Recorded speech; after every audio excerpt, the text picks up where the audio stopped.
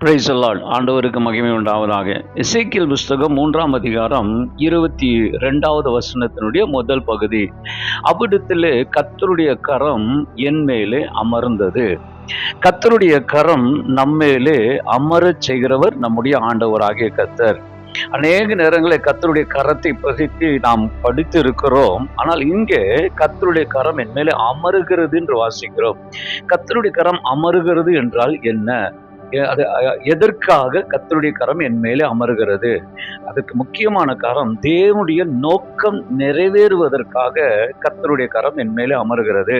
அல்லது இப்படி சொல்லுவேன், தேவனாலே நான் பயன்படுத்தப்பட வேண்டும் என்பதற்காக தேவனுடைய கரம் என் மேலே அமருகிறதா இருக்கிறது. வேதத்திலே ஒரு சில இடங்களில் நான் சொல்லுகிறேன். ஏசியா 8ஆம் அதிகாரம் 11வது வசனத்திலே ஏசியா உசியா வாழ்ந்த காலத்திலே வாழுகிறான். ஏசியா உசியா ராஜாவை நம்பி அந்த காலத்திலே அவன் இருந்தான். ஆனால் உசியா ராஜா அவன் மரித்து போனான். ஏசியா 6ஆம் அதிகாரம் 1ஆம் வசனத்திலே வாசிக்கிறோம். அவன் மரித்து போனவனே ஏசியா கவலையினாலே மூழ்கி போகிறான். உடனே கர்த்தருடைய கரம் ஏசியாவின் மேலே அமர்ந்தது என்று நாம் வாசிக்கிறோம்.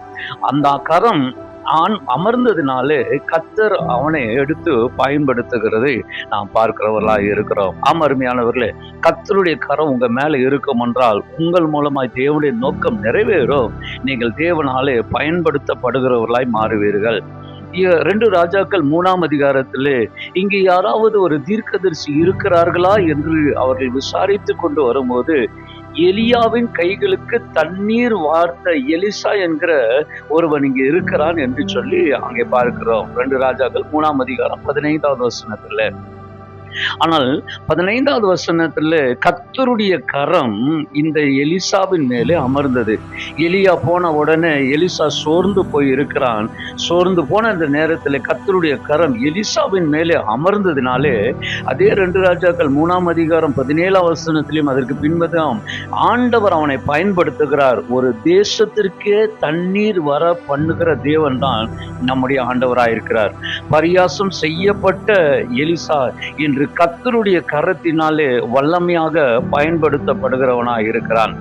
எஸ்ரா 7ஆம் அதிகாரத்திலையும் நெகேமியா 2ஆம் அதிகாரத்திலையும் 2 நபர்களை குறித்து சொல்கிறது. ஒன்று எஸ்ரா, இன்னொன்று நெகேமியா. இவர்களுடைய வேலை என்றால் ஒருத்தன் பானபாத்திரக்காரன், இன்னொரு வேத பாரகரன். ஆனால் இவர்கள் என்ஜினியர்கள் அல்ல. ஆனால் தேவனுடைய கரம் அவங்க மேல அமர்ந்ததுனால அவர்கள் தேவனுடைய ஆலயத்தை கட்டினார்கள் என்று நாம் பார்க்கிறோம். ஆர்மாரியார்களே, அற்பமும் தூசியமாகிய நம்மை கொண்டு தேவனுடைய நோக்கம் நிறைவேறும். தேவன் நம்மை பயன்படுத்துவார். அவருடைய ராஜ்யத்தை கட்டும்படியாக கர்த்தர் நம்மை பயன்படுத்துவாராக. கர்த்தர் உங்களை ஆசீர்வதிப்பார். God bless you.